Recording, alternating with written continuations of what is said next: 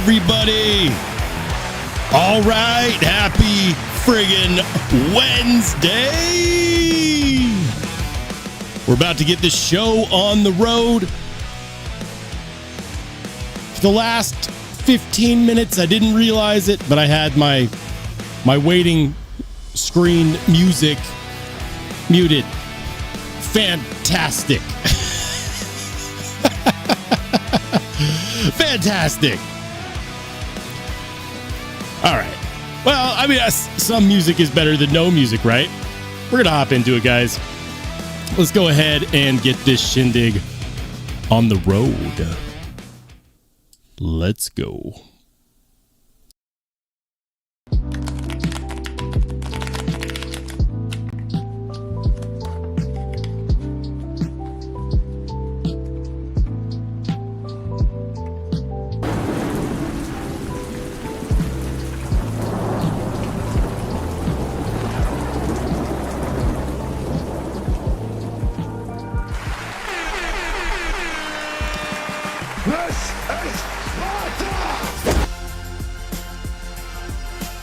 Is there music now? Is there music now? Is my mic on? Is the mic hot? We like it hot. We like it spicy. But not so spicy that the next day I regret things, you know, like buying ridiculous hot sauce. Why do I do these things? For my own sick entertainment. That's why.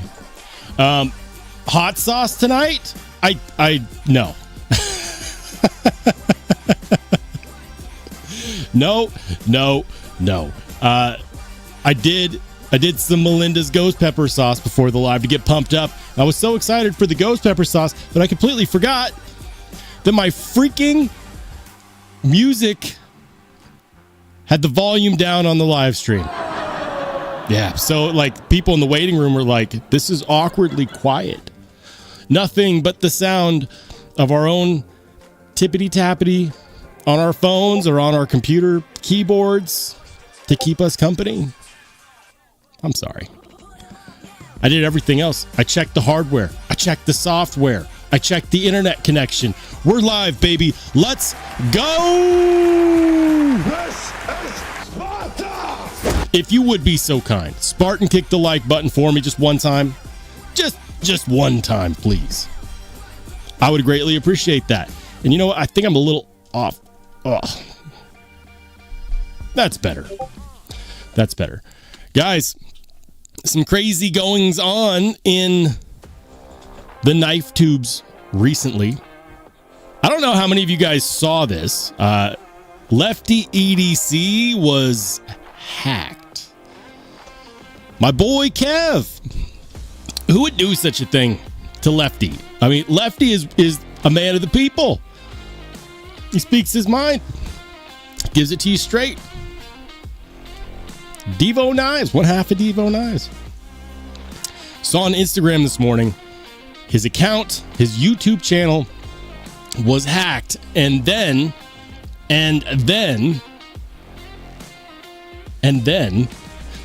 it got shut down. He got locked out and he can't get back in. That's horrifying to think about when you have spent years building something like a YouTube channel, to have it just stripped away by someone that wants to get 10 minutes of Bitcoin advertisement.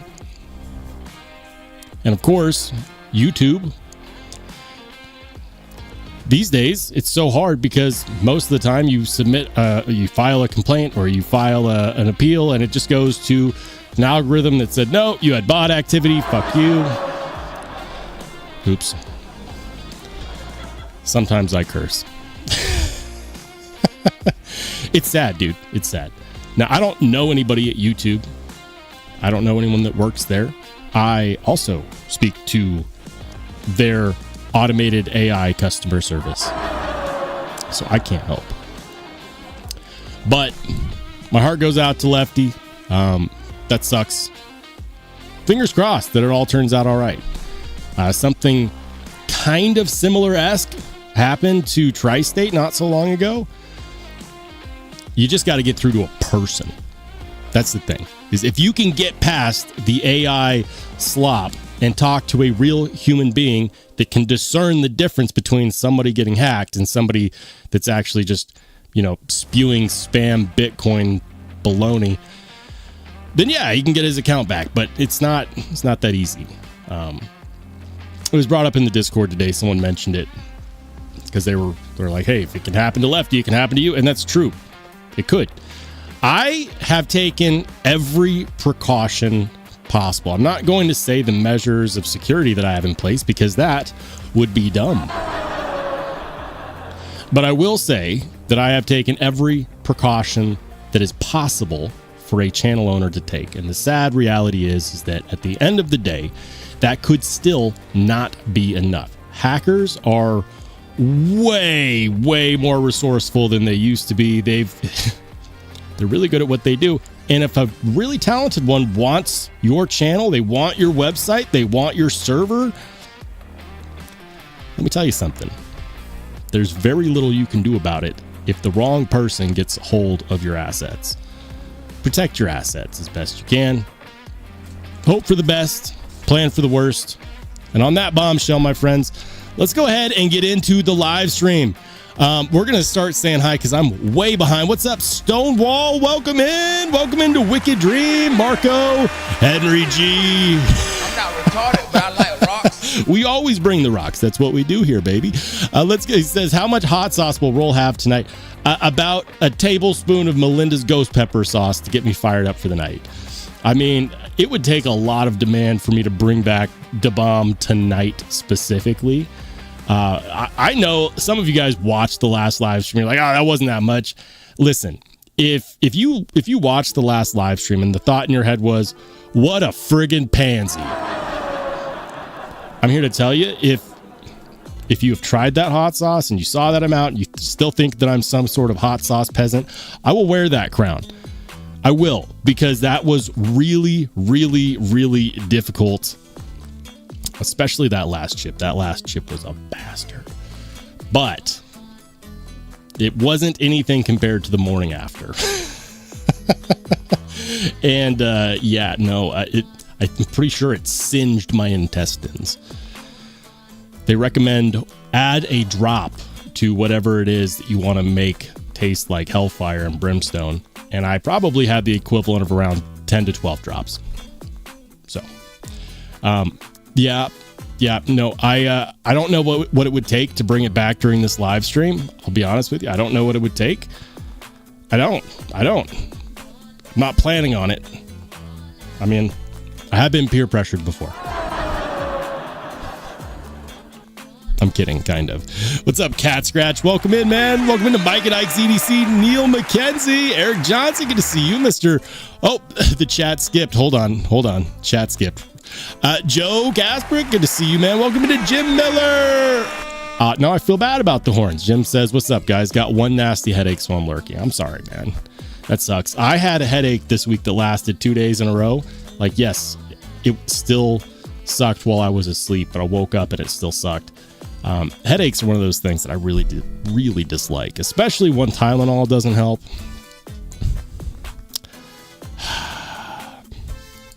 Marco, what's up, man? Welcome to Brad Mitchell. Good to see you, dude. Jen Blaze, what's good, dude? Welcome to Knife Mom. We've got a lot of messages to get through. Ed B, what's up, Ed? Hey, look at that. Two mods in a row. He says, roll with the ABW Slippy based. Yeah, I guess I could mention what I carried today for those who weren't in the freaking waiting screen listening to the sound of silence. 2 knives. You guys know this knife. You guys know that I love this knife. This knife is dirty. I opened some sauce packets with it. I know you're like, you took a Craig Brown Cortex XL and you opened up hoisin and sriracha sauce. You're damn right I did. Let me clean that off real quick. You're Damn right I did. I am shameless, guys, but like I'm a peasant when it comes to my EDC use cases. Yeah, get a little elbow grease on there. It's not so much that it, like having schmuck on my blade bothers me so much as it bothers me. Like if it was tape, gunk, whatever, I just don't like leaving them like that. And if I forget about it, then it's going to get stored like that. We can't have that. I mean, who knows how corrosive Sriracha is to MagnaCut? I don't know. Will it come out with a beautiful patina? No idea. Anyways, Craig Brown Cortex XL, one of my favorite mid-tech knives ever made, period, end of story. A new acquisition. These were gettable for the first time in like 2 years. I've got content coming up on this, guys. And I'm going to tell you 2 things can be true at the same time. The first thing that can be true is that I really like this knife. Really, really like this knife for a lot of the same reasons a lot of other people do. But also, there's multiple things that I really do not like about this knife. And if you want to find out what those things are, you'll have to wait for the video. So, 2 things can be true. I have a love-hate relationship with the American Blade Works slip joint. And if you want to find out more about that, just stay tuned because eventually I'll have content for it. I know my production schedule is jacked right now. I am far behind the times. I need to catch up because I've got more knives to review. My most recent review is still the Remet RT Steed and the RT Cool Leopard. That's the most recent content from me. If you haven't seen it, I think I uploaded it 5 days ago. Go to my channel and watch it. I need to make content for these guys. Shout out Lefty EDC, Devo Knives, White Mountain Knives for supplying this for review. The review is coming. The content is being built. And then, of course, to my guy, Casey from Knives Fast, who supplied this one. This is the Tornado from Tempest Knives. Sick piece, dude. It's a sick piece.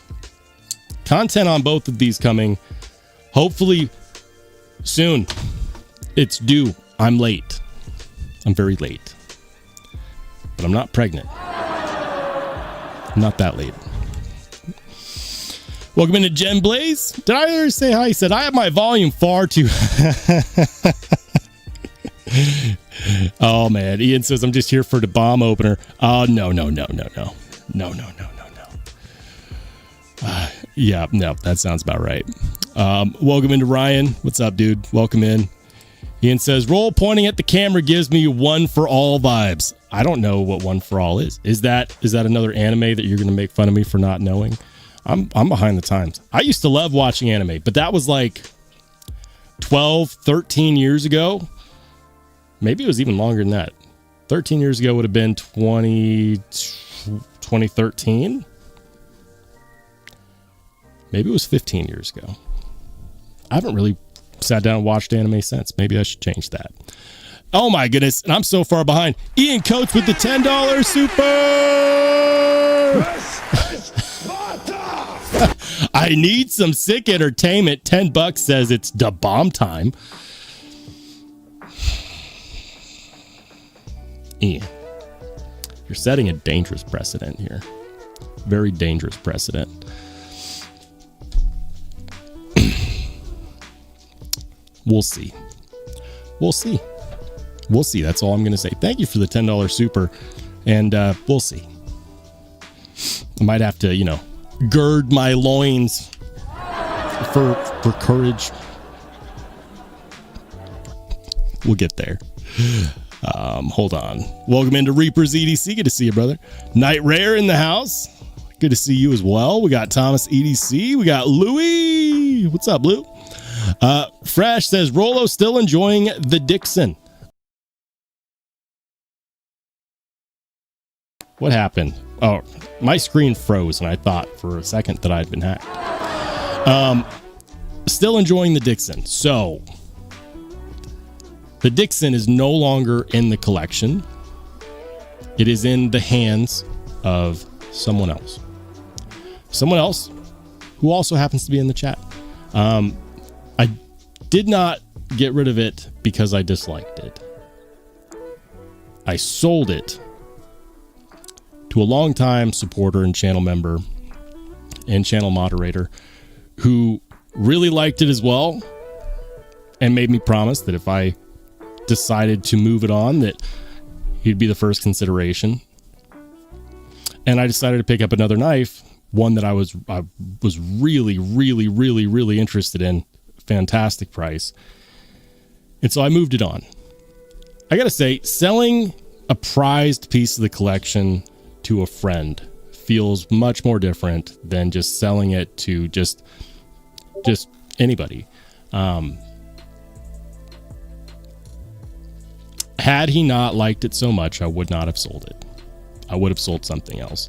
But I saw an opportunity to both move a prized piece to someone that I knew would appreciate it, somebody who's done a lot for the channel, and also at the same time get something new in. And so, am I still enjoying it? I don't have it any longer, but I still really like it. And I am going to get another Dixon at some point. The question is, which one? Do I wait for another exclusive? Or I have my fingers crossed for a small one.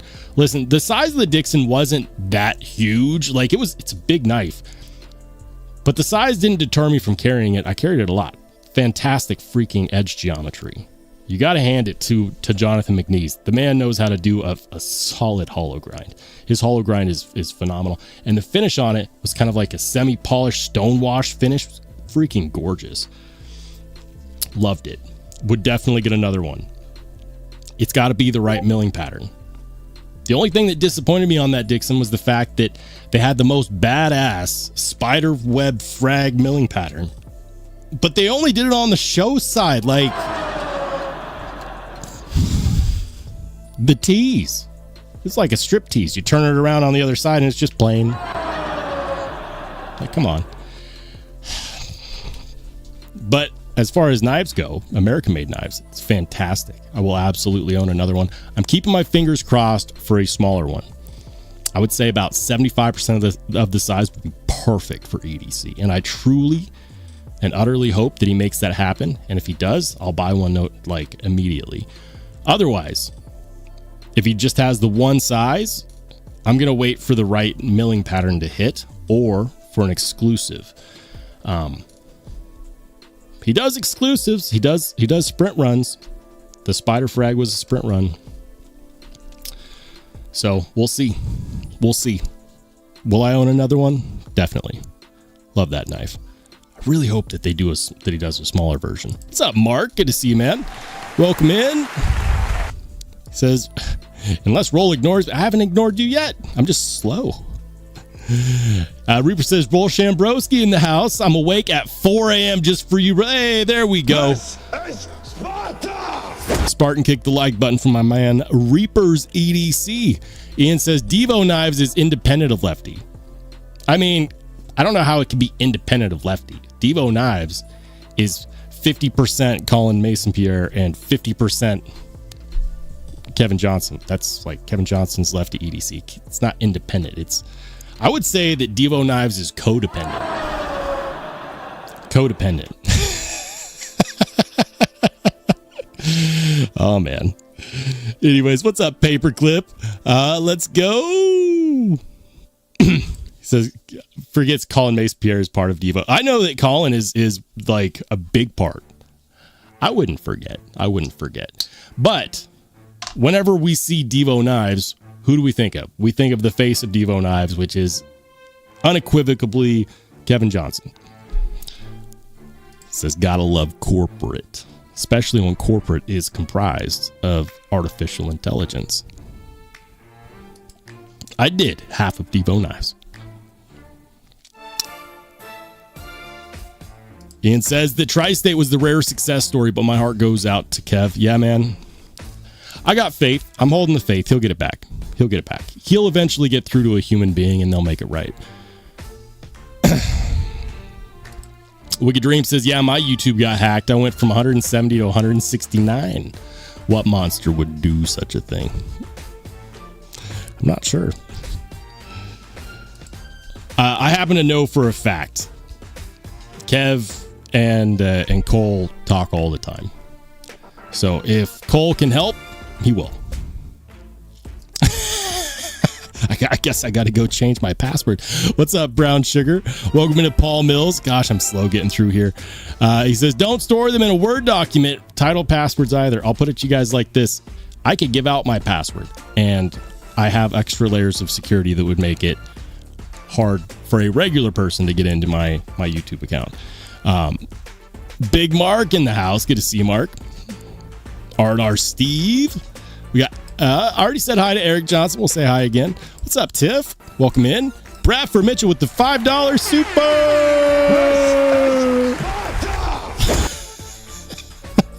For security purposes, what was your first car's mother's maiden name, street you grew up on, and your favorite pet, also your social? Please. Well, I mean, since you said please. Thanks for the $5 super, Brad. Appreciate it. Eric says, the bomb is no joke. Dip a toothpick in it and it will ruin your mouth for at least 5 minutes. Yeah, no, it's not gone for good. I mean, I might even be convinced to bring it back during this live stream if everybody really, really, really wants it. We'll see it. Ed says, Ian, you bailed last time. You got to give Roll $10 for the bomb. I mean, he already did. Oh, man. Chris, what's up, dude? He says, cut off the tip of my finger at work on Monday. Had to sell my Null Voodoo. Didn't want to, but I don't know when my next checks come. When my next check will come now. I don't know when my next check. Man, I'm sorry to hear that. That's awful. It sucks having to sell things from your personal collection that you love, that you don't want to, but you're kind of in a position where you have to liquidate and make cash quick. I've been there. I have 100% been there. There is a light at the end of that tunnel, and I hope for a speedy recovery for you. What's up, Rick? It says, was my super chat read? Yes. We've been over this, Ian. I'm just slow.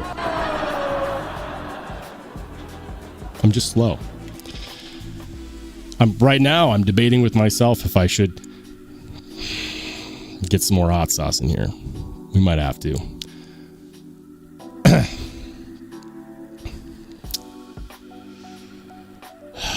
I played the 5th. I did not. Guys, I'm just slow.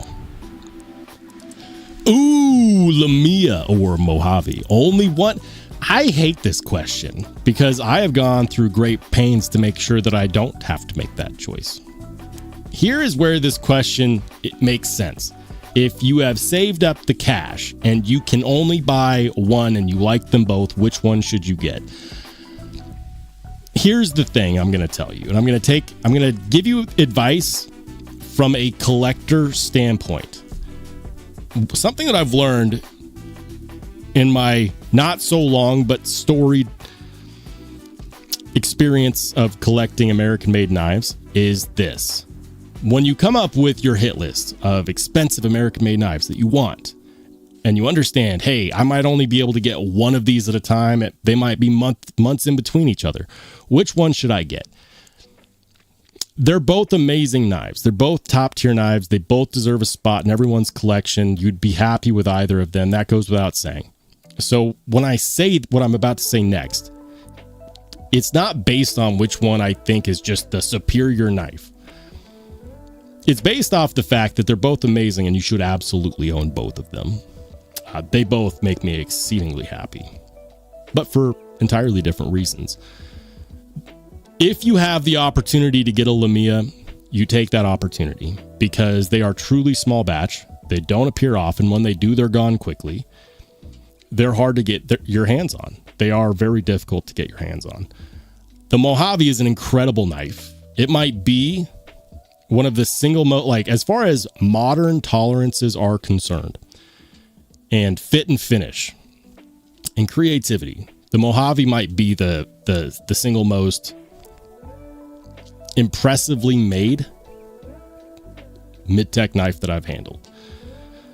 However, you can go get a Mojave whenever you want. You can order one made exactly the way that you want it. from Machine Wise themselves anytime you want. If you're patient, they will make one to your spec. And that's freaking awesome. And they're an incredible company. Their prices have steadily gone up. So the downside to getting a Lumia instead of a Mojave is that, like, you know, if you wait too long, the prices might go up again. So my answer is get them both. But if you have to prioritize one over the other right now, and you have the money and you could buy one or the other right now, go with the Lumia first. Purely because it is much more difficult to get your hands on. From a collector's standpoint, on the ones that are hard to obtain, you prioritize those when you can. Because if you prioritize the ones that are easier to get, when you like, you have even less opportunities to get the ones that are harder to get, and even less likelihood that you'll get a chance to experience those.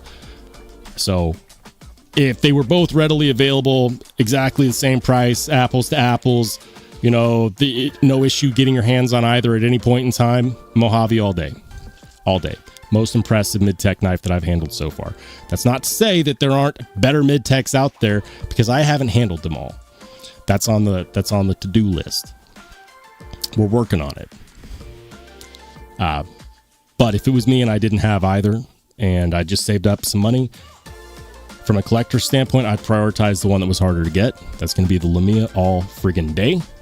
And then, if you really want to experience the Mojave, save up again, and you can get one whenever you like, because they're readily available. Machine Wise has been awesome creating availability for that knife. Hey, shout out to my man Mike and Ike's EDC, who's been a Spartan for 17 months. Thanks for the lives. Where's the hot? You guys. You really gonna make me go get the hot sauce? I'll do it. Damn it, I'll do it. Says, so who's right, Ed B or Bradford? Right about what? Right about what? God, I'm so far behind. Hold on.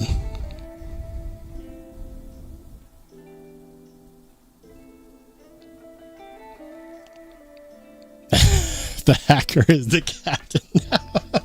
Look at me. Look at me. I am the captain now. I'm so bad with accents, but I can't help it. Staten Island, what's good, man? He says, hey, Rolls, what's up, buddy? Hope you're doing well. Was wondering, have you checked out the AZ USA Eldorado? Interesting piece, unique look, very nice ergos, and Van Axe for $100. I haven't handled one.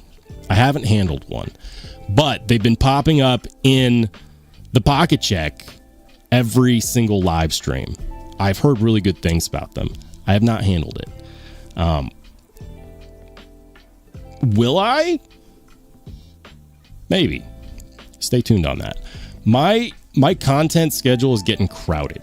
I've got so much content to make right now that what's difficult is that when I look at my channel, I have a decision to make based off of the amount of time that I have available to spend on it, but also how long it takes me to produce a piece of content. And I have to make choices. The choice is, do I just say, you know what, I'm gonna make it in the style of content that is easy to make, but at least I can get a lot of content out there, and hope that I'll be satisfied with just my pure opinion and nothing else, which is hard because I enjoy the other things. I enjoy the photography aspect. I enjoy the storytelling aspect. I enjoy all of the things that I put into a regular piece of content. It also slows down the process. And when it slows down the process, I have to make hard decisions like, what do I say no to? If I do some in the style that I really enjoy that's really slow, and then some that are not, am I really doing justice to the content that I don't put all that much effort into, that is just a pure opinion piece? No storytelling, none of the fun stuff that I really like doing. And if I do that, am I spending my time well? Or am I spending my time going towards burnout? The channel has not burnt me out to date. It hasn't. It's one of those things that keeps me going. So, you didn't ask this question specifically, but the question you asked was, have you checked out the Eldorado? I have not. Will I? Maybe. It's not currently on the docket. I've got literally 6 or 7 other videos that are. So I haven't checked it out yet. Maybe in the future, we'll see. I've got some decisions to make on content creation. What's up, Kev? Another Kev in the house. Kevin Smith and Knives. Good to see you, dude. Welcome into Jason Cable. Says, what's cracking? All right. Fresh says, I'd sell a good amount of blades before I part with my Mojave. Listen, the Mojave is so freaking good. It's so freaking good. It's impressive as hell. I didn't do a knife of the year 2025. I didn't. I had to choose between different pieces of content I wanted to make, and I didn't. But if I had, the Mojave would have been my 2025 knife of the year easily. And it's hard to say that because it's hard for me to take a knife that costs that much and say, this is the knife of the year, knowing that even if they are readily available, they're also prohibitively expensive. That's the tough part. Knight says, legit had to do a double take because I swore I saw Knight 3. What's going on in the chat? What's going on? Oh, man. Hold on. Guys, I'm just going to skip to I know I'm missing something. Hold on. Let me make sure I'm not missing too much here. Shout out to my man, Jim Miller, who's been a Spartan for 31 months. Jim!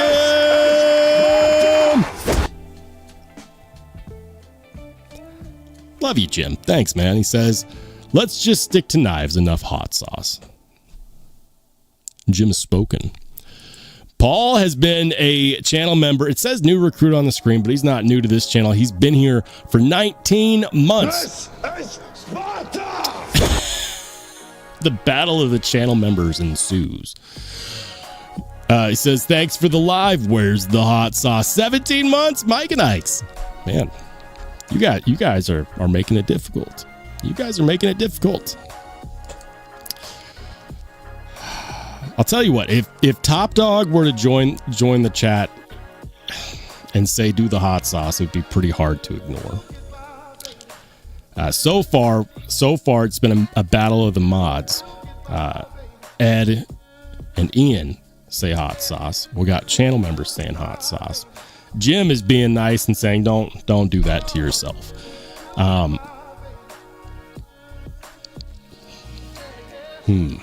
We got choices to make. Thomas says, I think you should take a shot of hot sauce. I took one before the live. It helps get me fired up, man.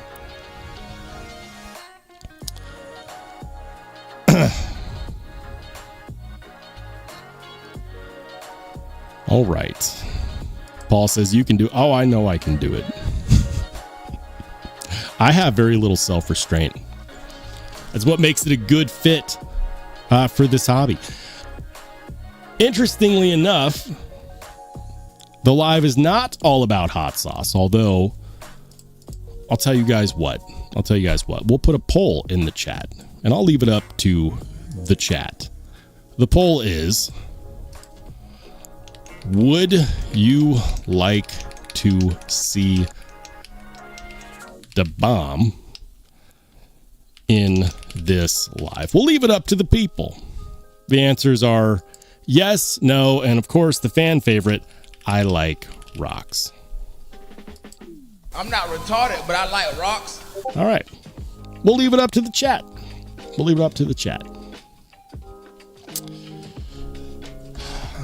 Stay hydrated.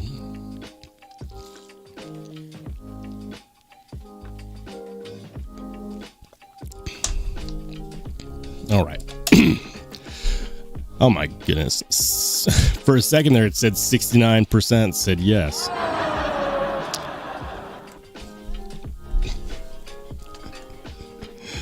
Hot sauce shots. Sorry, that was my throat closing up in anticipation. Randy says, get the mild sauce. I'd be down if you chug some Tapatio. Some people would say that's gross, but it's pretty commonplace for me to like drown breakfast omelets in Tapatio. Tapatio is not spicy to me, but I do enjoy the flavor. Ian says, okay. Do pocket checks before Ed B and me throw bows. All right, we'll get to it. And I'll tell you guys what, no matter what, we will be closing the poll that's on the screen by the end of the pocket check. And then the people will have spoken. It's not every day that your vote counts for something. Oftentimes that's up to the College of Electorates, at least here in the United States. But at least on this live stream, it does. So, cast your vote. Would you like to see some Da Bomb hot sauce in this live stream? Yes, no, and if you just don't care, I like rocks. I'm not retarded, but I like rocks. Let's go ahead and check out the Only Spartans Discord. Let's go. Bang, here it is. Okay, so we're starting off today with Nick T. He's got the Crescent Edges Celestial and the Poi Kilo Anolis. I remember when you got this Anolis with the freaking gorgeous crystal titanium, and you offered to sell it, and then you took it off the market. Nick, it's like you knew that would be a bad idea. That is a freaking gorgeous knife, the Anolis. Hell yeah. And then the Crescent Edges Celestial looks pretty good too. I like it, man. Stonewall, he's got the Arcane Design Creature, Bronze Age 20 CV, and the only map I'll ever need from 50 Ways Hanks. The map of Middle Earth. Very nice, man. Love Arcane Designs. They do some good work over there. Dazed has got not the RS Chaos. No. It's the Vastid Mayhem. We see eye to eye on this, Dazed, because I also have a hard time not calling it what it was initially titled. Freaking Cold Steel stepping in saying, that's our name. Screw you, Cold Steel. But this isn't just any Mayhem RS Chaos. This one has a regrind on it. This is a full hollow grind. Not uncommon to see on this knife model. And Cat Scratch has the Hera 2 Mini. Nice, man. It's a solid knife. My carry today. Guys, I've been posting my daily carries on Instagram as well as the Discord every day. I'm trying to keep up with that. If you want to see what I'm carrying on a daily basis, if you didn't know, you can find me on Instagram, Rollshambo _EDC on Instagram. Feel free to follow me. Or not. It's not for everybody. But it's a good place to post some photos. Brad Mitchell's got the Quiet Carry Catch. And he keeps telling me that this is easily the best Quiet Carry. I'll tell you what I like about this, just from a visual sense. What they did for the catch, they should have done for the Drift C. You see this? This is a pocket clip designed around the freaking design of the knife. Quiet Carry over here, given the Drift LCT and the Drift C, the same clip as the 9. Listen, the clip on the Quiet Carry 9 is perfection. But taking that clip design and putting it on the C and the LCT, to me, is a half measure. They should have done what they did for the catch and design a whole freaking new pocket clip. This is a Nesmuk style blade. You don't see a lot of this blade shape specifically, which blows me away because it's a really good blade shape. It's somewhere between a harpoon sheep's foot and, Warncliffe. It's actually a traditional blade shape. The catch. Everyone who I've talked to that has handled this knife has only amazing things to say about it. But I'm not surprised because Quiet Carry does really, really good work on the design front, and their Taiwanese manufacturer, whoever they are, is just elite. Craig Vincent, he's got... Oh, that's the... I know what this is. This is designed by my friend Sharif from Mangana Steel. I know what this is. It's skipping my mind. This is a Tucson, which name starts with a TS and then a model number, and I'll never get that. This is a Demco 8020.5. It's got a Bush Ranger, Mannix 2 in 15V. It's a lightweight. He's got the cold steel engage and, excuse me, cold steel SR1 Tanto. Very nice. The Ponds, he's got the Andela and K39 in the Tri-Stash V2. Very cool, man. Very cool. Ultim is not my thing. It's really not. But some people love it. You can get some nice contrast with the yellow Ultim. It's just not my thing. Nate's also got American Blade Works Slippy. There we go, man. And you know it's the newest release because it's got the 45-degree angle milling right here instead of the straight milling. It's got some Knipex pliers. I don't know what this is. Who makes this? What is that? I don't know, but it's cool, and oddly, I want one. And then, of course, a Knoll Voodoo in 80s camo carbon. Love it, man. That's a solid shot of the carry as well. Thanks for sharing. Tom Cook's got one of my all-time favorite knives ever. He's got a Chris Reeve Umnums on, and then a Riot XO U. It's a fun little utility knife. It's got a... is that called a... it's a bolt action pen. Is that a tactile? Is that a tactile turn pen? I think it is. Probably wrong, but I think it is. Kevin Smith, he's got... Ooh, that's a Gringo, right? The Kunwu Gringo. Of course, he's got the Work Sharp. Skipping my brain. I get to the end of the day, and the brain is just fried. I know you guys will shout it out in the chat.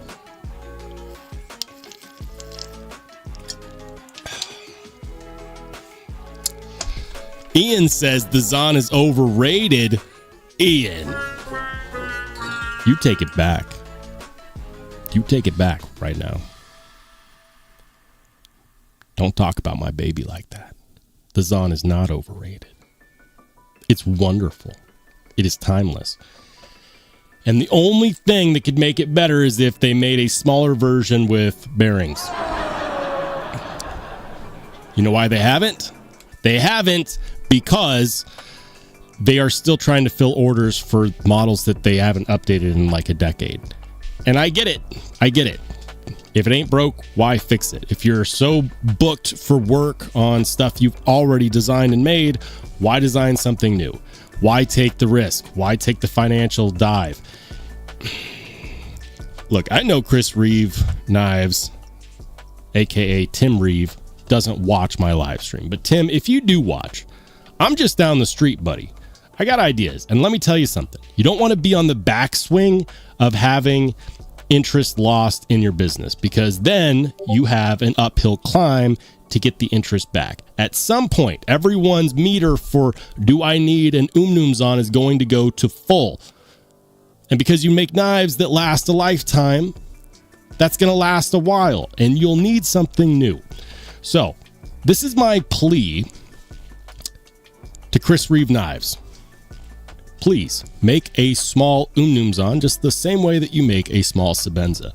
But instead of making it the exact same way as the regular Umnums on, just smaller, please make it with bearings. Bring it into the 21st century. Make it new to you. Because while Chris Reeve himself, who is no longer with the business, designed everything that you currently sell, we have yet to see something designed and captained by Tim Reeve. What will that be? Because at some point, everyone's Umnums on meter is going to reach full. And when that happens, what's coming next? You can either plan ahead or you can get left behind, as new and exciting companies like MachineWise very quickly take over the scene. Pause for dramatic effect. Anyways, Kunwu Gringo, he's got, this is the Niche Designs, right? Nick Rogers? It's the scuffle, right? The scuffle. Isn't that what that's called? This one right here? Is it the scuffle? He's got a Surge Slip 7. I want to say that's a Slip 7. Why am I having such a hard time with this stupid work sharp knife? I know what it is. I've seen it a million times. We've all seen it a million times. It says, roll that salad, baby. What are we talking about? What salad? What salad? Knight says, I love how these mods are the most unhinged in the chat. That's why I made you a mod, because we need a voice of reason. Good luck. Good luck, Knight. We're depending upon you. Hey, man, you like what you like. The Zahn is a badass knife. I mean, Chris Reeve doesn't make a bad knife, period. You can't go wrong. Paul says, I want an Umnandi. You know, I kind of wanted one too, and then I found out how freaking small they are. They're miniature sized. You can't really deploy them one-handed. Like, I thought that they were going to be like the more modern Chris Reeve knife, but no. But no, they're not. They have a more modern pocket clip. But the action is not more modern. They're small. Like, they're, you know what? Chris Reeve Umnandi. The Umnandi. I'm not saying that right, I know.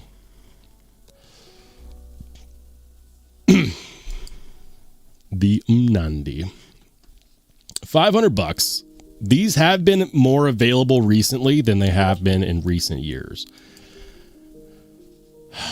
So you can get one, number 66.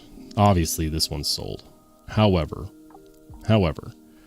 this knife is 6.3 inches long. So when I say that it's small, I mean it. Like, this is not a large knife. Now, it's got some things that you just don't see in the other Chris Reeve knives. Like this pivot right here, that is not a typical Chris Reeve pivot. The pocket clip, best looking pocket clip that Chris Reeve has ever made, and they made it on the smallest knife they've ever made. Like, I like this. I do. But it's tiny. It's tiny. Like 6.3 is it's a little small, man. It's a little small. Like, I want this, like, just like I want a small Zahn, I want a large Umnandi. Like, we need this to be 75, like, maybe not 75, maybe like 25% bigger. 25% bigger, 40% bigger. Make this full size like the Umnum Zahn is full size. Make it an 8-inch knife. Put bearings on there. Like, because the little things that they did on this knife are really cool. Like the pocket clip, like the domed pivot. Come on. It's just tiny, man. It's just tiny. That's the thing. Anyways. Geek Machinist, what's up, Geek? I do see you in the chat over there, man. It's good to see you. He's got the Buck Knives. Is that the Alpha? Buck Knives Alpha? Alpha Fixie? I think so. Gerber pry bar. And SOG Power Pint. Very nice, man. Solid. I like it. Ed's over here with the commercial. Oh, well, I guess the cat's out of the bag. You know who I sold my Dixon to. Ed's got the Dixon. I gave him dibs. And you know what? If I hadn't, I would still own it. Love that knife. That knife is freaking fantastic. And would I own it again? Absolutely. Lord only knows if they will ever release this variant again. It was an exclusive limited run. So chances are I'll never have the opportunity to get one just like this again. My hope is that if they do another run of these, that they change it enough to the point where, you know, they add the same milling to the other side.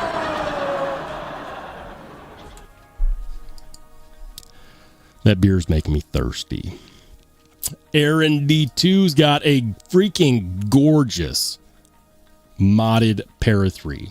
And I know. The question is it still a para 3? Is it still a para 3 when you put RG Custom Metalworks scales on there, which look fantastic? When you do a full reblade, when you get rid of pretty much everything but the liner, the question always is it still a para 3? I would say that it's still based on the skeleton of a para 3, so you could make the argument that it is.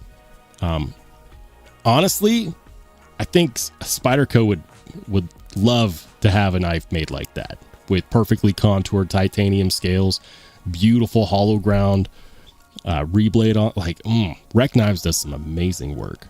I'm super jealous, man. Is it a para 3? In my opinion, if all that's left is the liners, no. But you can still call it a para 3 because it still has the skeleton of the para 3. But I do think that it's better than what you get out of a para 3. So is it a relevant debate? I don't know. I think that it's pretty sweet, though. Wish I had one. That's pretty freaking cool, man. Ooh, Mark. You guys just love showing off knives that I've...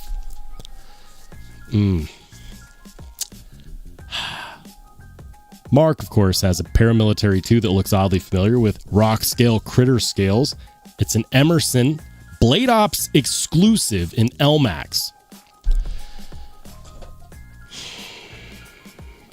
For those of you OGs who've been around the channel for a minute, you may have remembered a video I made on this very specific knife. Sweet photo, Mark. Glad that you're enjoying it, man. And that's really cool, man. Really cool. Love the build. Rock scale backspacer, rock scale titanium hardware, which they don't do anymore. It's rock scale critter scales, Emerson LMAX blade. It was a Blade Ops exclusive. So cool. So cool. Jim Miller's got the CJRB Sasaya, the Rosecraft Mud Creek Congress, and Kaiser Muskrat. There we go. I like it. Jim, hope your headache's getting better, man. Reaper's EDC coming in with the Ketuo Mini Griffin V3 and that Spyderco model. It's an oldie. Says, guess it.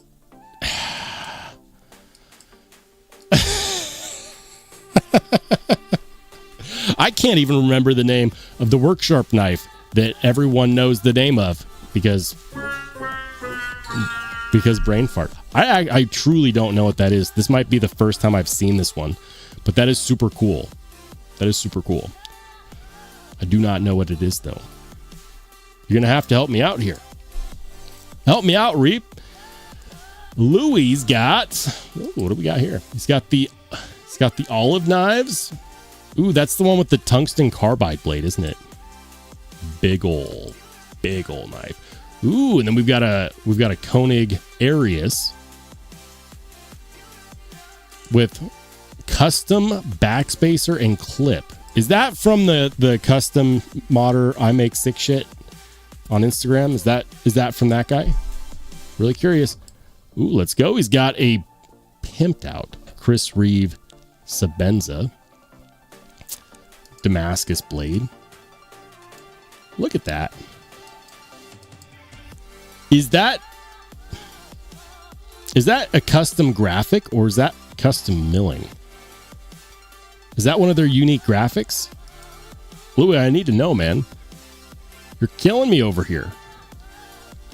Drink water. Ooh, he's got a fire tack. You got in on the fire tack. There you go. And a Spyderco McBee. Never see you without it. With the Damascus scales, right?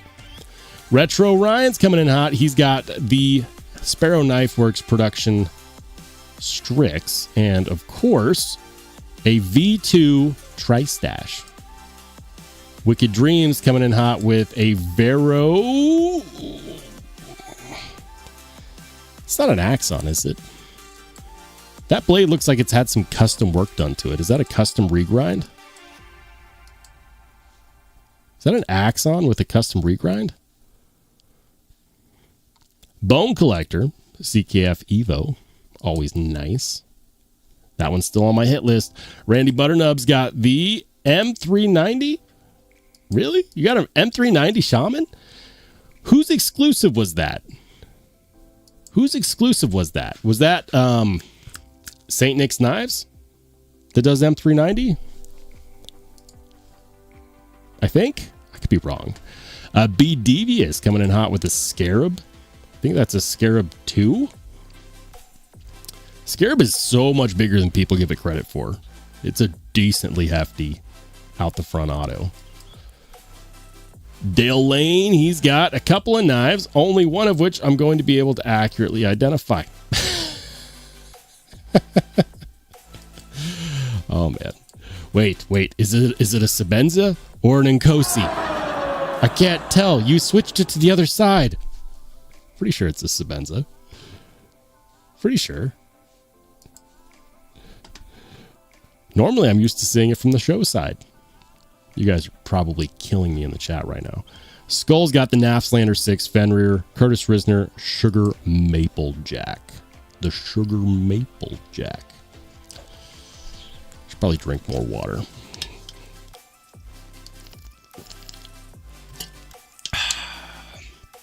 Concept Fenrir is always going to be great. The Sugar Maple Jack looks great too. Roman Craig, he's coming in hot with the Sharp by Designs. I always forget the name of it. It's the hawkbill shaped one. It's the hawkbill shaped one. The least popular Sharp by Designs knife because a lot of people are biased against hawkbill style knives, which is crazy because they're actually really good cutters and they're not as hard to sharpen as people think. Jim Cox, he's got a McNeese Mac 2. Very nice, dude. Is this one of his hollow grinds or flat grinds? I think it's a performance hollow grind. Most of his knives these days are hollow ground. TC Blades coming in hot with a Spyderco. The Edgerati. I'm waiting for an Edgerati with a different friggin' blade steel.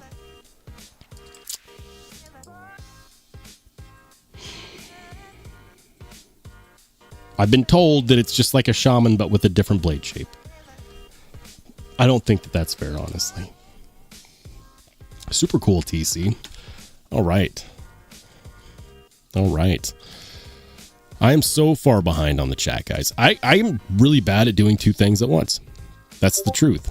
So, I'm going to get back to the chat. It's the derecho. I knew someone was going to correct me on that.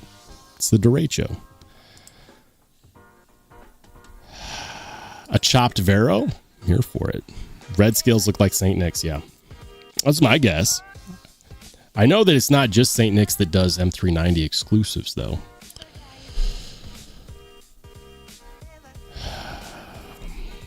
It says blade is interchangeable with a Shaman blade. Just ask Chuck It. No, I heard that. I definitely heard that. I don't think it's fair to call it a Shaman, though. I think there's a lot of other things going on here. Now, I'm not going to stall out because before I went into the pocket check, because it was a matter of some debate, I said, you know what? We'll give the people the power. We will give the people the power to vote. Do you want to see Da Bomb Hot Sauce in this live stream? I didn't say how much. I didn't say how much. I left it up to the poll, to the live stream community. The options were yes, no, and the ever popular. I'm not retarded, but I like rocks. So here's what I was going to do. Because I like rocks is an I don't care vote.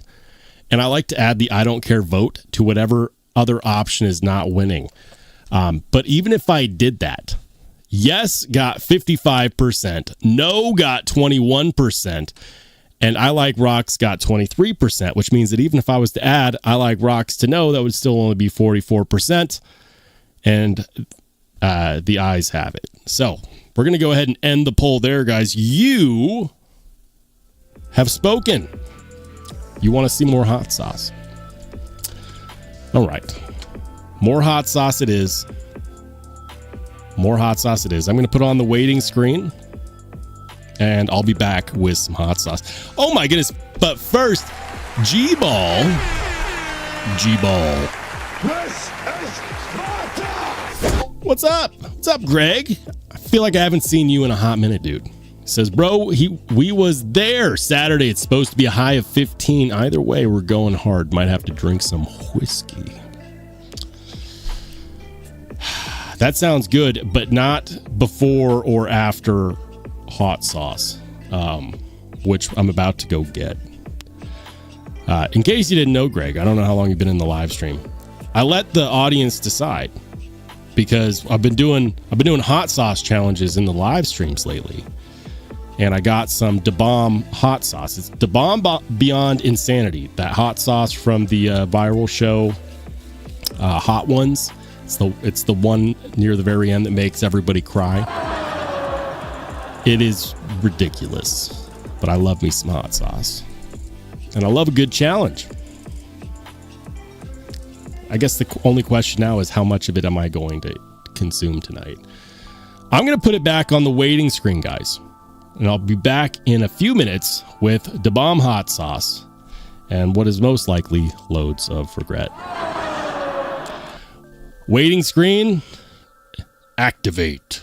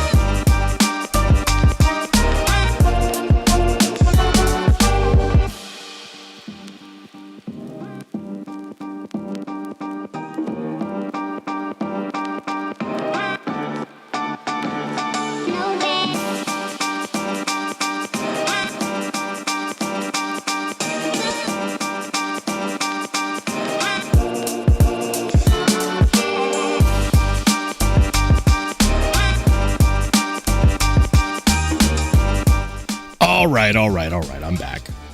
I'm back. And with me, by popular demand, is Da Bomb Beyond Insanity, the stupidest hot sauce known to mankind that I've experienced. At least one of them. I've got some chips because, well, I'm not making that mistake again. And hold on. Shout out to the Runeret.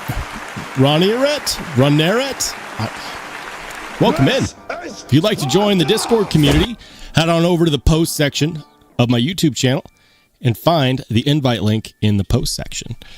Anyways, G-Ball was just here He says, how's the new kiddo? They're over 2 years old now. Kids grow so fast, man. And 100% keeping me busy. I'm spending more and more time with the family. It's really great. Being a father has been so rewarding and in so many ways. I definitely enjoy it. And my daughter is amazing. Thank you for asking, man.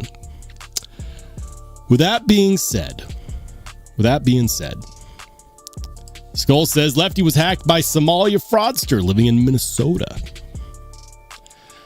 I don't know, but I hope that there's a spicy hell waiting for that hacker. Lone Star Talboy says tactical fingernail cleaning users. Haven't seen you in a hot minute, Lone Star. What's good, man? Welcome in. He says raisins aren't looking so bad right now, are they, Rolls? I'll tell you what, that's one thing I'm not doing is putting this really stupid hot sauce. This really stupid hot sauce on raisins. But enough stalling. We're gonna go ahead and dump some of this in. And I'm doing this on the live so you guys can see I didn't just put something else in there. I mean, let's be honest, I'm not that smart. All right, look at that. Doesn't that look sinister? It's all plugged up. Like it doesn't want to hurt me, but it's going to. Oh, this is so bad. All right. Now this is not a lot. It's not a lot. But this is what a poll will get you.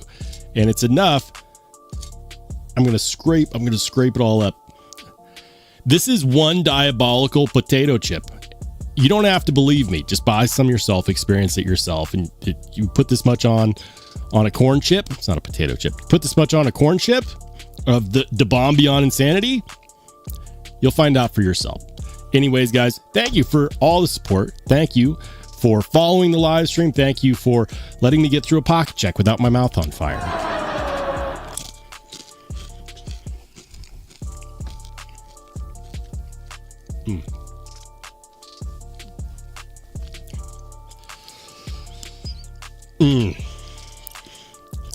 Yummy. It's never good. It just stays progressively bad. Whose idea was this? Ian? Ian, you.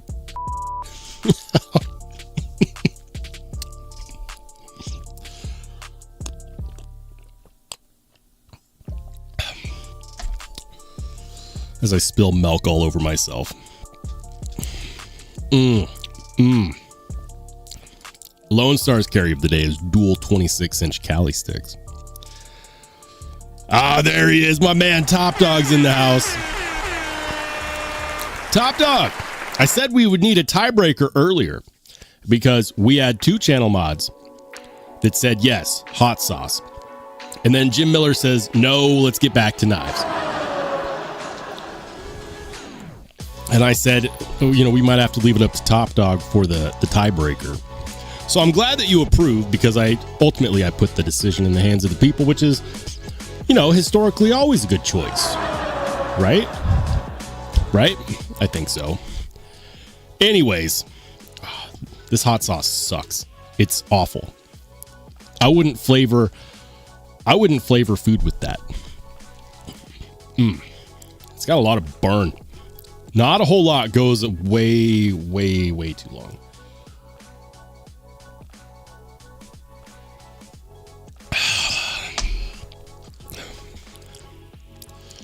Ed says, my 3 years hot sauce on raisins. No.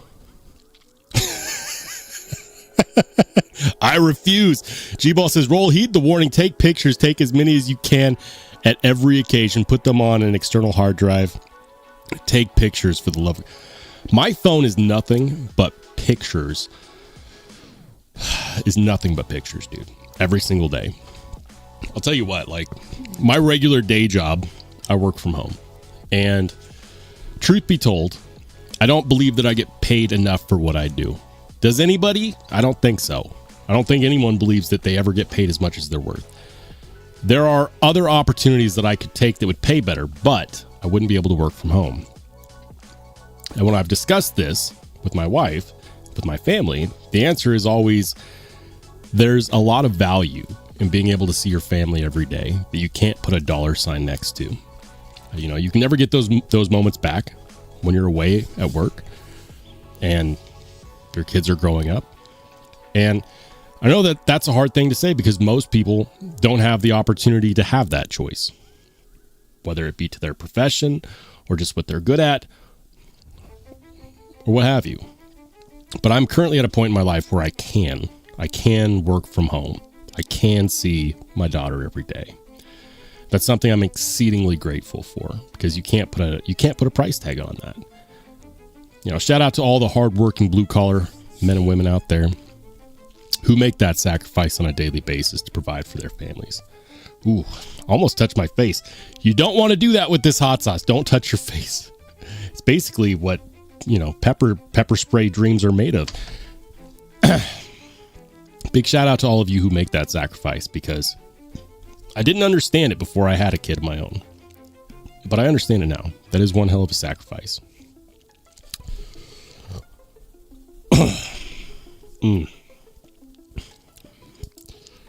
Says, thank you for all the good times and long times.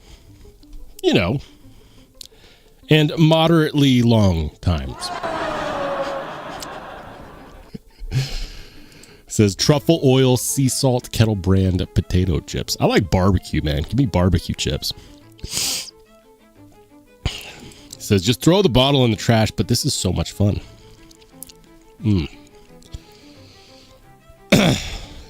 Says been lurking on the TV. Nice, man.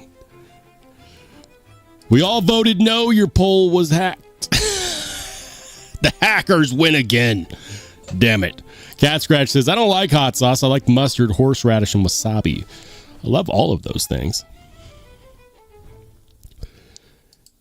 He says, pics of the kids roll, not the knives. I mean, I've got those two. I got pics of both. Ooh. Did Ian stick around for the pain? I don't think so. The moment I got the hot sauce out, he's like, all right, my job here is done. Out. Coat's out. What's good, Palmer? What's up, man? Welcome in. Good to see you. Shout out to my man, Palmer Connolly. It says new member, but that's not true. I don't know why I have this glitch where on the screen it'll pop up and say new member. He's not a new member. He's been a channel member for the last 4 months. Thanks, man.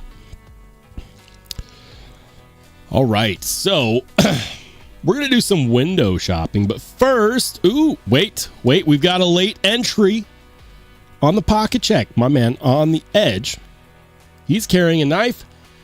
I don't know which knife that is. That looks pretty sick, though. Damascus framed windows with a bronze inlay. Copper inlay? It's copper, right? Or is that brass? I don't know. It's pretty cool, though, man. Which knife is that? You got to help me out here. Guys, if you're wondering what this is and where to get your pocket check featured in the live stream, this is the Only Spartans Discord. You can join by becoming a channel member. Memberships start as little as 99 cents a month. Once you're in, you're in. The only ask that I have is that you stay active by doing something, leaving a comment, saying something in the chat, like once a week. I am in the process of setting up an algorithm that's going to track activity, and it's going to essentially remove folks who just don't do anything but lurk in the Discord.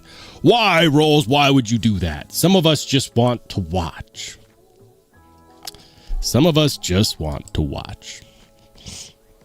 Voyeurism. It's a thing. I do that because I want the Discord to be reflective of people that are engaged in the community. You don't have to share a pocket check. You don't have to engage in anything. Just do something. Because if you're not going to do anything, why are you there? And here's the thing. If you are in the Discord and maybe you go on vacation or something, God forbid, and you're gone for a week, and the algorithm prunes you out. You're not getting banned. You can still use the invite link as a channel member to come back in. There you go. So, I don't want a graveyard of accounts of people that came in, left a pocket check photo, and then pieced out, never to be seen from and heard from again. I want it to be reflective of people that are active in the community, enjoy being there, enjoy discussing knives and stuff in the community, and just hanging out and chatting, and maybe putting some knives up for sale on the knife yard sale. Maybe dropping some links to some knives that are about to go up for sale. You know, talking about their shipping nightmares, or maybe just somebody that wants to get access to the Steel Snobs knife steel comparison sheet. That's what I want. And as soon as I'm done making those changes, that's exactly what I'm going to get. So I mentioned in the last 2 live streams, but be aware, there's about to be an exodus because inactive accounts are going bye-bye. And if you are in the Discord and all you do is lurk and you don't want to go bye-bye, say something. Do something. Leave a thumbs up on a picture. I don't ask for much. And if you just don't care, then it doesn't really matter anyways. We're going to do some window shopping because there's some cool stuff out there right now. DLT, I always start here. I always start here because they do their website right. Any knife retailers that might lurk on my live stream, you want to know how do I make a website that's successful? Just see what DLT does here. Like, they put things that make people excited right up front, like upcoming drops. They've got timers for releases. And they take really good photos too, really good stock photos, like this one right here. Fantastic. I didn't know they got new Marauders in. What? Some crazy Medford Marauders? Look at these. These are massive knives, by the way. Massive knives. If you didn't know, this is 9.5 inches. DLC. Non-concentric hollow grind. It's nice, dude. It's very nice. Do they have any slim middies with this kind of texturing? Do they? I don't think so. I've been keeping an eye on the slim middies. The slim middies are the ones that I want. I also want an infraction.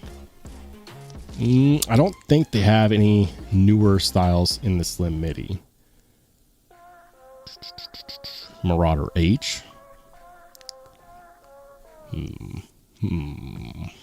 Marauder Tanto. Man, these new Medford Marauders are freaking beautiful. Look at that. Like, these are not just milling patterns, guys. These are sculpted. Like, there's a certain level of custom that goes into these that aren't just like your regular plain Jane, because they're done by hand. The sculpting is done by hand.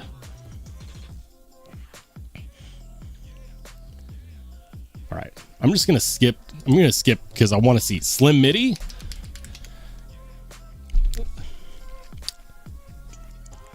Come on, newer slim midi. I don't think they've gotten any newer slim middies in. These are all the same ones that I saw on there like a week ago. The thing about the slim midi, for any of those who have been like catching the wave on these recently, is you have to be very careful if what you want is a hollow grind, because a lot of the newer Medfords come with a flat grind. And it's not just on the slim midi, it's on other models as well. Now you can tell because these have what's called a non-concentric hollow grind. You see the striations in the satin finish, how it follows the curvature of the belly of the blade? That's what's called a non-concentric hollow grind. It's actually very hard to do, and it's hard to do well, and Medford does it very well. Now, if what you see is these striations going straight down all the way across, like you will on a lot of the S45VN slim midis, that's how you know it's a flat grind and not a hollow grind. Because if it's a hollow, it's going to be a non-concentric hollow. So that's one of those things that you should know if you want one of these knives and you just started looking at them recently. The most wanted is the hollow ground versions. And I'm going to see if I can find a version that's not hollow ground just to show it to you guys. S45VN. Here we go. This one's a lefty. See how the striations just go straight up and down and they don't follow the curvature of the blade? Right around here, they just continue to go straight up and down. This would be a flat ground version. If you didn't know, now you know. It also makes it very hard because a lot of the ones that are available right now are black, and it's just like, is it a hollow grind? Is this one a hollow grind or a flat grind? I don't know. Pretty sure all the S90V versions, this one's a S45VN. Pretty sure all the S90V versions are hollow ground, and I'm pretty sure all the S45 VN versions are flat ground. Let me see if I can find. Here's one, and you can tell on the Tantos. Here's the thing: on the Tanto versions of the Slim MIDI, you can tell based on the transition between the main and the Tanto tip. So you see how this has this curvature right here at the edge transition.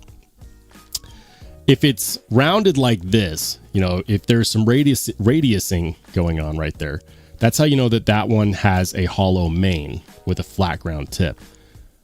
But if you see and it's just a straight line, that's an indicator that it's not, that it's just that it's flat ground on both. Let me see if I can find a version that shows that. So not that one, because for the Tanto versions in S45, they're both like that. You know what? I know a site where you can see one of those exactly, and I'll tell you exactly what I'm talking about. So this is Wild About Sporting Goods. They had a 30% off Medford knife sale, and I almost bought one here until I realized that they weren't all hollow ground. Incredible knives. So here's what I'm talking about. This is a flat ground S45VN Slim MIDI Tanto. So on the other one that I just showed you, you had some curvature right here in the main grind. This one is just a straight line. This is a flat ground tip and a flat ground main. And honestly, as someone that's trying to get one of these, I don't want the flat ground. I don't want the flat grind. Some of you guys are like, I hate Medford. I don't care. Move on. But for those of you who are actually interested in these things, I just thought I'd put it out there. The ones to get are the hollow ground versions because they're becoming less and less prevalent. And you're seeing more and more of the flat grinds, and they're not as performance oriented, which is the whole reason why someone would buy a Slim MIDI in the first place. So if you didn't know, now you know. Let's go ahead and see what else is dropping here at DLT. By the way, I'm not affiliated with DLT at all. They're just one of my favorite sites to browse. We got the Dixon Diamond Textured MagnaCut. The Diamond Dixon MagnaCut. Ooh, that looks good. That looks really good. Is it on both sides? Yes, it's on both sides.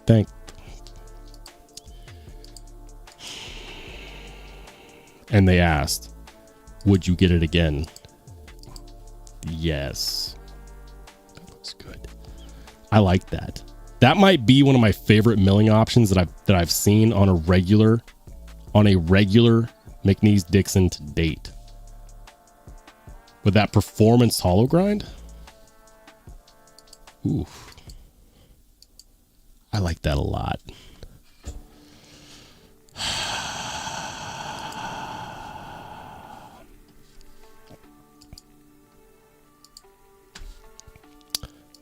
All right. Anyways, let's go ahead and see what else is out there. We'll check out USA Made Blade. Night Raider says, you need to consent to grind. Full stop. He says, at least the Slim MIDI is cheaper, but that is still Zahn money, which is ridiculous. No, it's not. When we're talking about American-made knives, premium materials, made in small shops, it's really not. It's really not. In fact, one of the reasons why the Zahn is so popular is because of what you get manufacturing-wise, materials-wise, made in the US for that price. That's one of the reasons why Zahns are so popular. because you just get so much. You get a really, really cool hollow ground blade, premium steel, perfect heat treat, storied company, great manufacturing, titanium. You get a full warranty that'll last longer than you're alive. You'll get spa treatments in case you ever decide you want to sell it and you want to take it back to like new so that you can go on, knife swap on Reddit and claim that it's never cut or carried. I know. You would never do that. You would never do that. People don't do that. Yes, they do. Yes, they do. That's one of the reasons why the Zon is so freaking popular, because of everything that you get at that price point. But that isn't to say that the Slim MIDI is overpriced at all. A non-concentric hollow grind is super hard to do. They do premium materials, and Medford's finish work is really freaking good. I'm talking really good. I've owned 3 knives that were made by Medford, and every single one of them was a winner in my book. I loved the craftsmanship on every single one of them.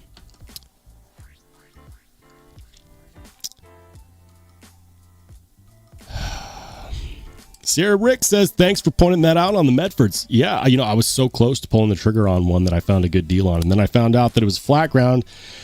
And honestly, it's not that flat ground blades don't perform. It's not that one is clearly better than the other. It has everything to do with the craftsmanship. The more craftsmanship that you get out of a Medford knife, the more impressed you're going to be, because they do a really good job on the finish work. The hollow grinds are beautifully done.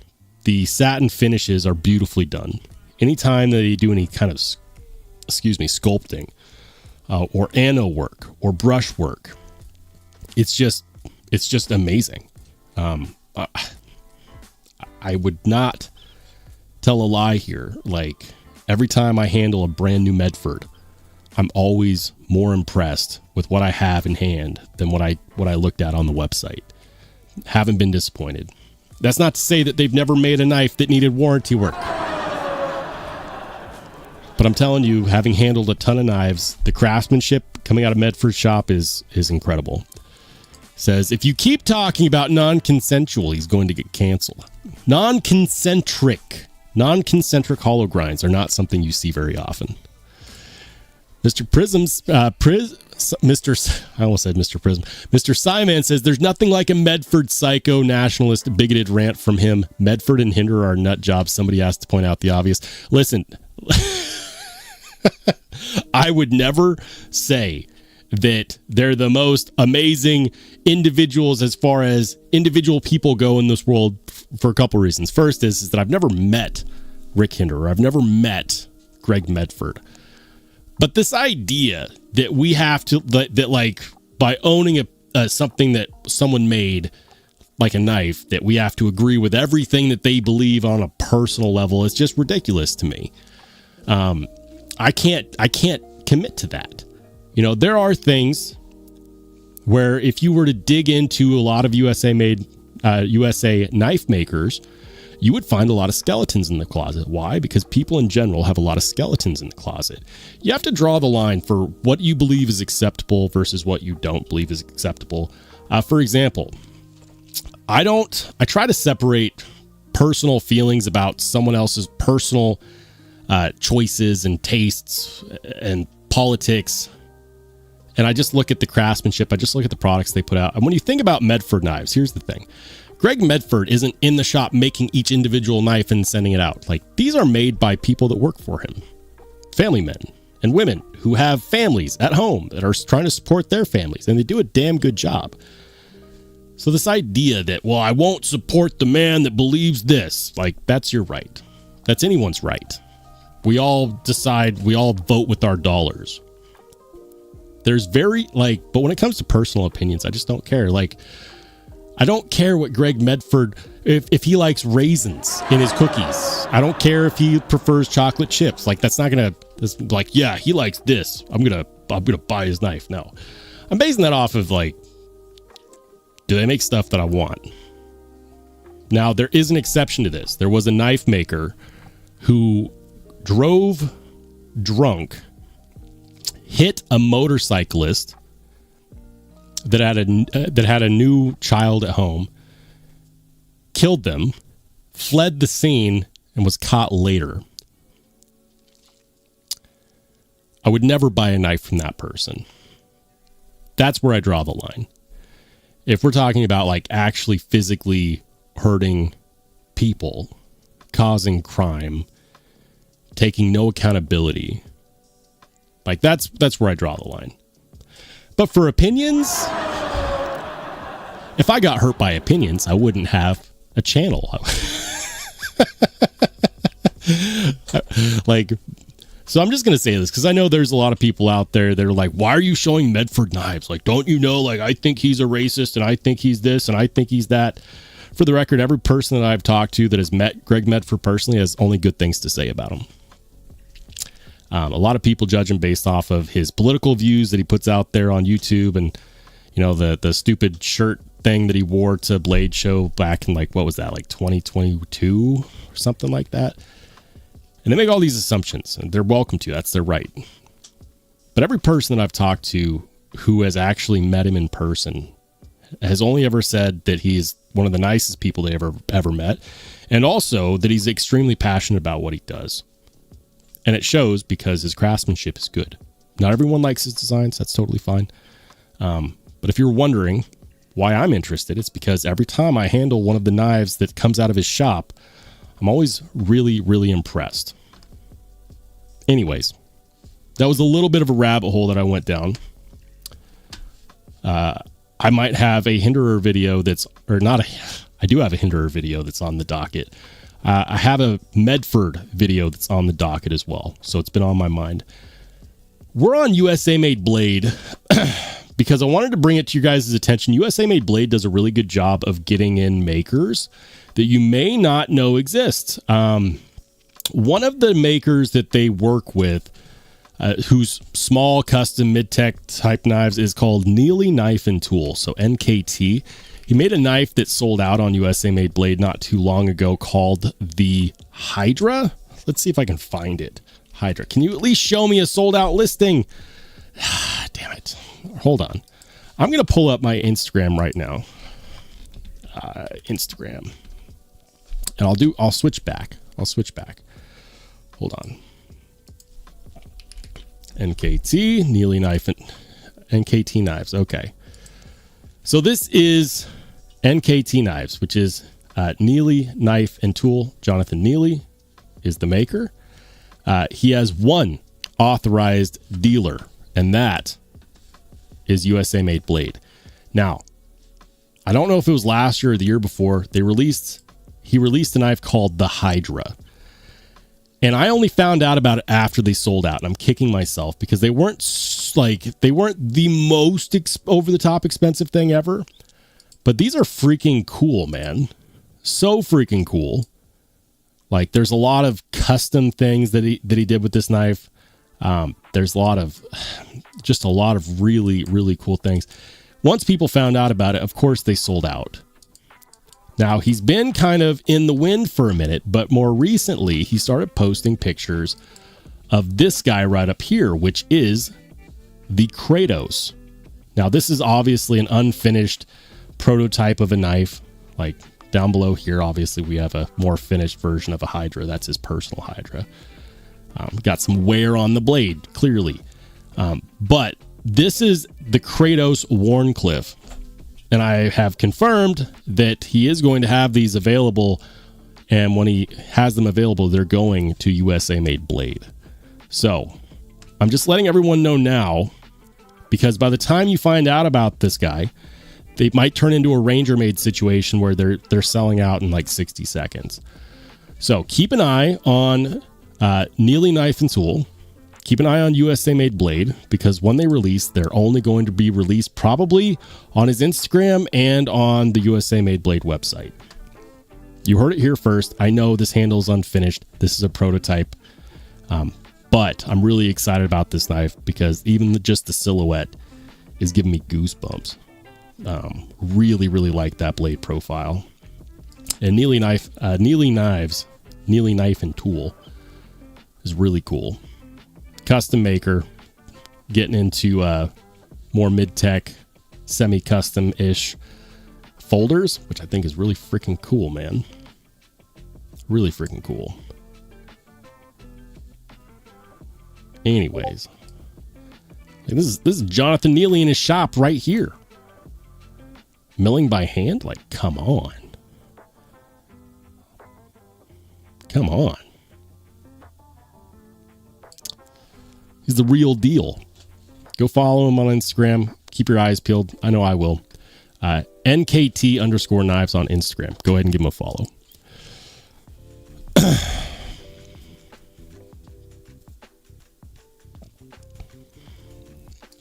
Lone Star says, I want a Will Smith knife. The slap acoustics would be magnificent. I can't do it. I can't do it. Keep my wife's name out of your mouth. Bow. I can't do it, man. I can't do it. Will Smith's still one hell of an actor, though. Still one hell of an actor. I'm trying to make sure I didn't miss any. I don't think I missed anything. I got to everything. Fresh says, I like NC Blade, though. Yeah, man. NC Blade. We'll check them out. NC Blade is where I go to see if I can snag one of the new titanium microtech ram locks, because this is where I've seen them most frequently. So, boom. Here we are. NC Blade. Hey, look at that. Look at that. There it is. There it is. It's not the frag. It's not the frag.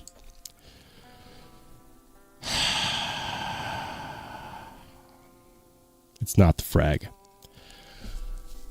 But I can't believe that I actually see one that's available right now. Like, that's crazy to me. That is so crazy to me.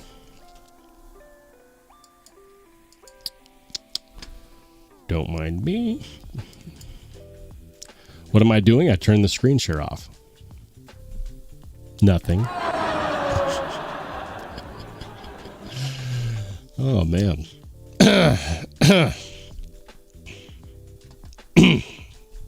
Anyways. Nothing to see here. I'm just kidding. Looks like it's still available, guys, for now.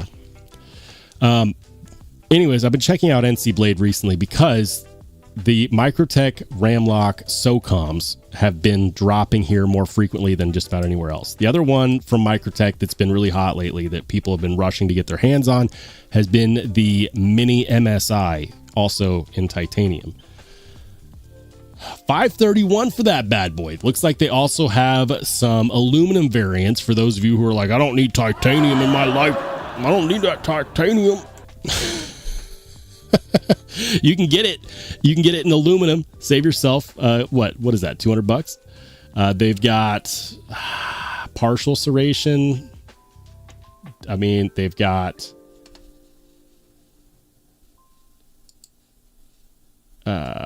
where's the pictures? Where's the pictures? I'm not seeing any frag pattern.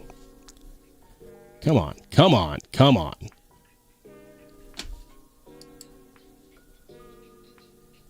on. I guarantee you come back to NC Blade in the morning, the one I just looked at will be gone. Guaranteed. A lot of microtech going on over at NC Blade right now. It's no shocker. Ooh. Mini MSI? With the frag? See, this is the pattern that I want. They took a really shitty photo. Like, there's way too much glare coming off of those handles. Like, why is the focus right underneath the clip and missing and completely missing the other?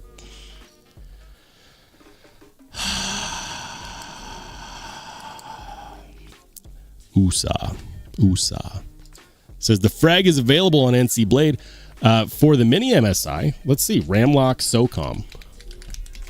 I don't see the frag. See? Sold out, my man. It's sold out. $455 and it's sold out. Why is that so much cheaper?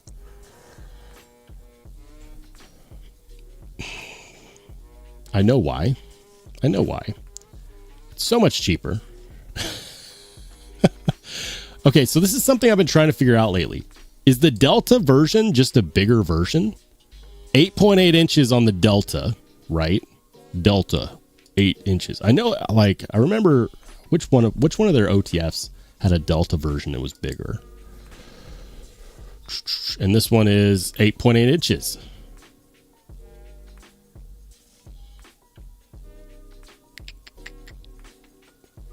That's actually a pretty big knife. Why did I think the SOCOM was smaller than that? What about this one? 8.8 inches. Really? Why did I think it was smaller than that? Are they correct?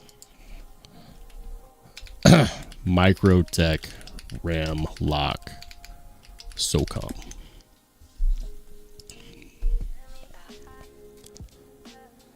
.8 inches.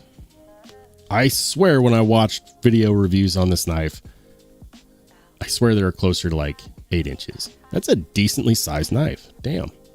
Almost 9 inches overall.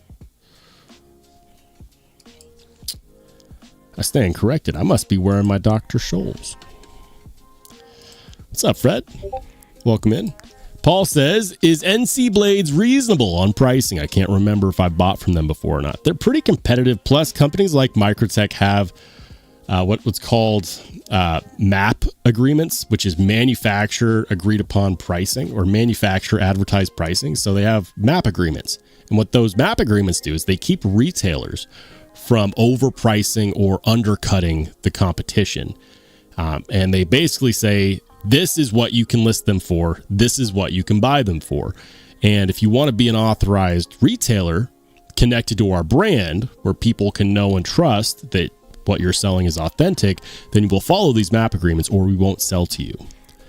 So Microtech is 100% in control of the retail website pricing.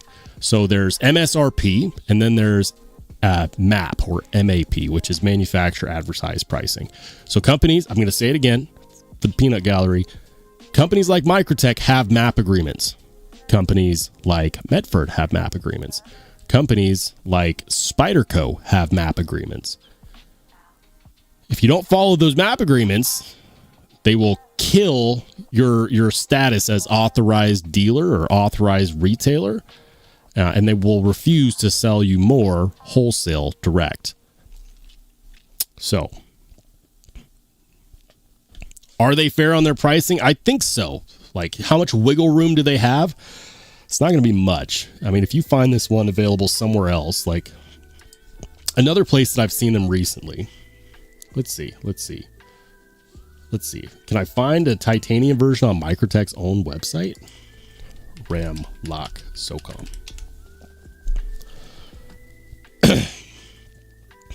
$2,400. Stop it. See, this is the one I want. I want this one with the frag handles. This is the one.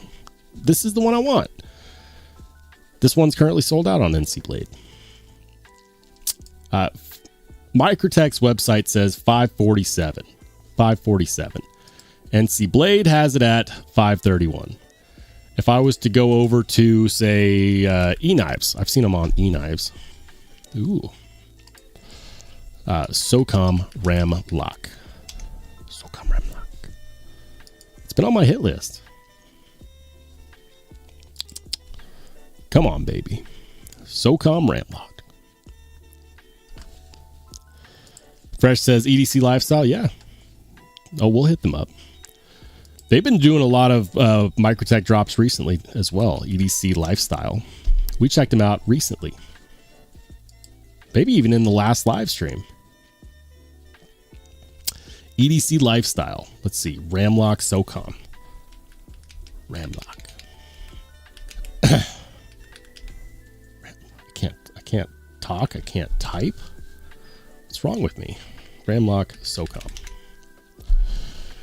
Must be getting late in the day. I know what will wake me up. We'll do a little swiperooski on the chip.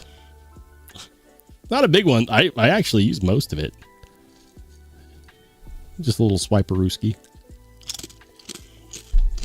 Still sucks. Even that little bit still sucks. Okay.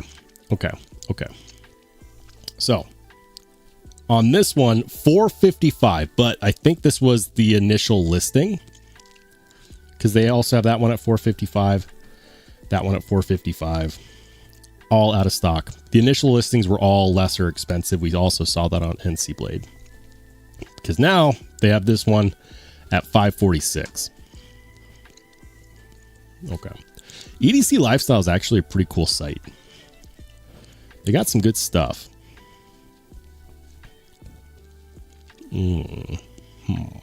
Weekly drops.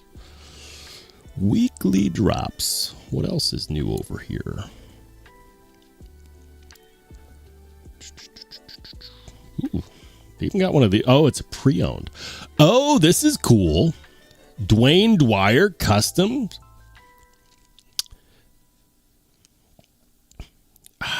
Not a Strider, guys. It's not a Strider. This is a Dwyer. Used to be part of the Strider Knives game. I played a big role in the making of their knives back when they did more volume. That's actually not bad. $700 for a Dwyer Custom Tanto V ground. That's freaking cool, man.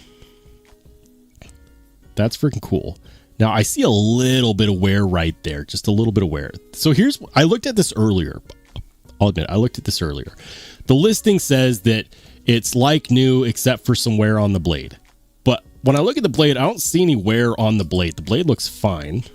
Oh, is that it? Is that what he's talking about right there? Is that what he's talking about right there? The wear on the blade? That must be what he's talking about right there. It mentions in the comments that it's like new besides some handling marks on the blade. But the mark that makes me think that it doesn't look like new is actually back here. Like that looks like wear and tear on the carbon fiber. Look at that edge bevel though. Like that is perfectly done on that primary. Beautiful hollow grind. And it is not a compound grind. That is one hollow grind. That's actually pretty freaking sweet. $700. Dwyer Custom. I saw that earlier. Shark Nivco, $1,500. Damn it. Blaster, did I say hi? What's up, dude? Top Dog says, boys and girls, while watching Rolly eat and burn the inside of his mouth, don't forget to smash that like button. Fred says, the Microtech SOCOM Bravo Mini has a 3.4 inch blade, much smaller than all the other ones. I haven't handled that one either. That's one of those Reccomended knives, right? Fred says, now North Arms is making Dwyer style blades, I think. Really? No. I don't believe it. Let's see. North Arms? Really? Probably help if I spelled knives correctly. Damn. North Arm Knives. I don't know if I would call this... Like, this is the Skahatsu. I don't think this is what you're referring to. Right? That's like, this is not what you're referring to when you say Dwyer style blades. People love the Skahas. Seriously love this. People seriously love this knife. 325 Canadian. So it's like what? 280 American dollars. Was that exchange rate still in my favor? Many people who I know who have handled the Skahatsu love it to pieces. Look at that carbon fiber. I love how it just kind of contours over the edges. Like it's not... I don't know if I would call that a true contour. I haven't handled one, so I couldn't tell you for sure. Maybe it is a true contour. But I just love that you see the dimension in the carbon fiber right there. It's one of those things where you know when you hold this, and they took a really good shot of this, because at this angle, it allows you to actually see the different dimension in the carbon fiber. And that's usually something that's lacking when we're talking about camo carbon fiber or composite carbon fiber, is that it's really hard to see the dimension that's there in a picture.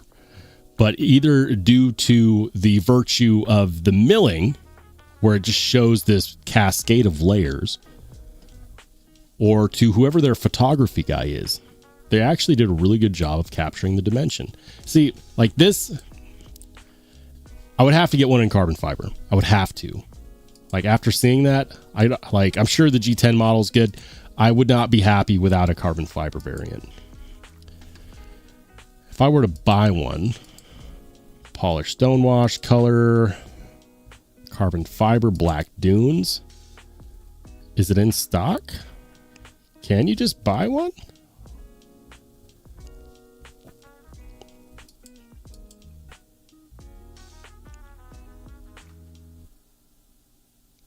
Or is this an order form? Oh, so rolling release, approximately 6-week worst case lead time.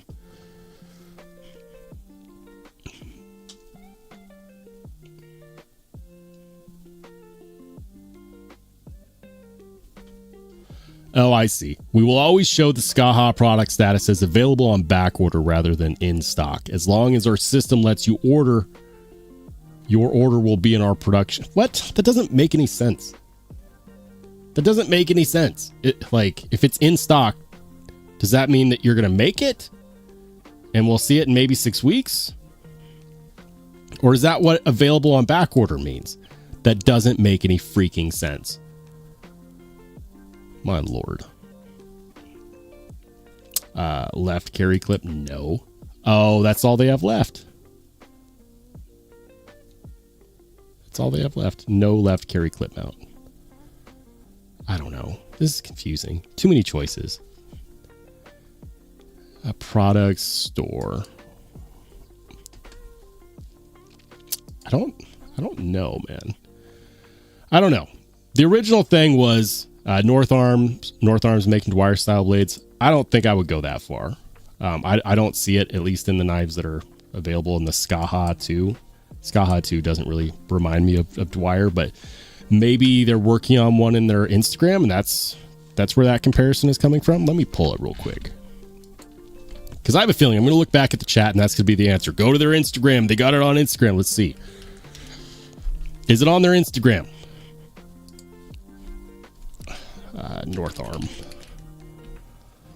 North Arm.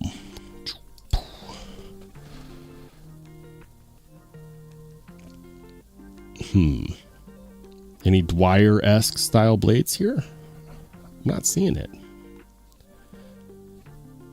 I'm curious because, like, I really like the Dwyer style blades. I mean, I have a North Mountain Blade BBNM, so I like it. Anyways. Oh, North Mountain Knives. Yes, I have one. I did a video on it. I actually have it in my Instagram too. Hold on.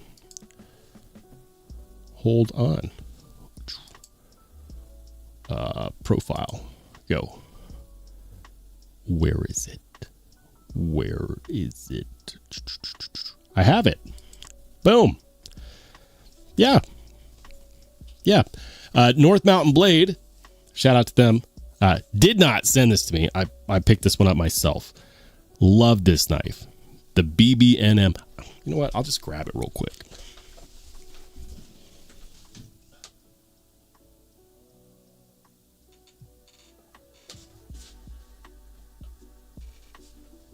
Whoa. All right, sorry. Had to get into the knife library, which is like a file cabinet. The BBNM. I'll blow up the screen.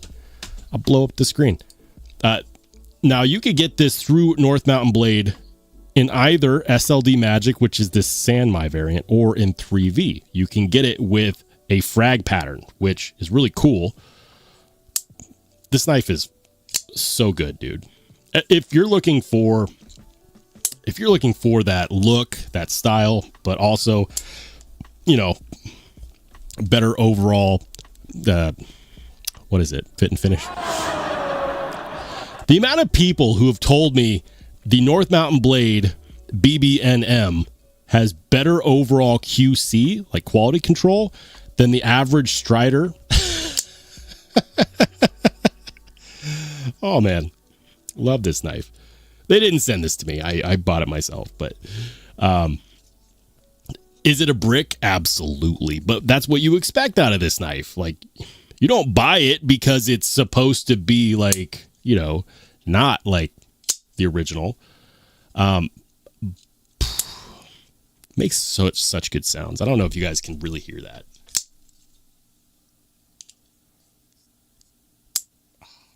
It's good. It's good. These are stop pins, not thumb studs. Use the deployment hole. I like it. I like it a lot. I need to carry this thing more. I'm going to leave it out for that purpose. Oh my goodness. On the edge with the $10 super. This is Sparta! Thanks, man. He says, that was weird. I thought you left the live stream earlier, so I left. And yet here you are. I put up that black light just before we parted ways, like I said. Weird. Maybe hot sauce thing or something. No. So I mentioned it before I left. I did the pocket check, and I said that I was going to run a poll because people in the chat said they wanted more hot sauce. They wanted more Da Bomb, but I didn't have it ready because I wasn't initially planning on it. And so I said after the pocket check, I'd check on the poll. And if the people voted, for hot sauce, that's what we would do. So I finished the pocket check, and sure enough, 55% of the audience said, yes, do some hot sauce. So I did. And I didn't do a crazy amount. Like the amount I did in the last live stream was painful, man.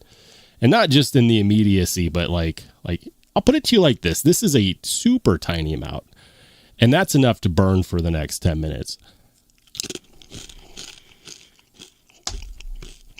But I give the people what they want. Plus, it's also been an experience.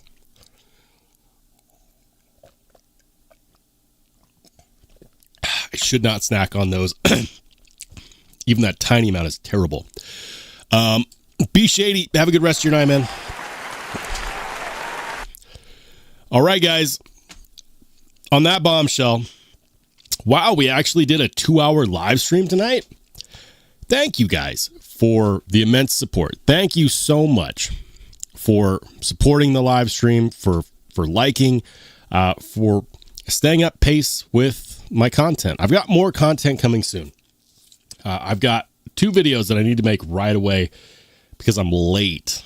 So expect new content from me before the end of the week, at least 2 new episodes. And then I've got some really exciting stuff coming after that as well. The next live stream, unless something crazy happens, fingers crossed that it doesn't, will be Saturday, 8 p.m. Mountain, which is 10 p.m. Eastern, which is 9 p.m. Central, which is 7 p.m. Pacific. Get out of here, you filthy animals. I'll see you this weekend. Have a fantastic rest of your week.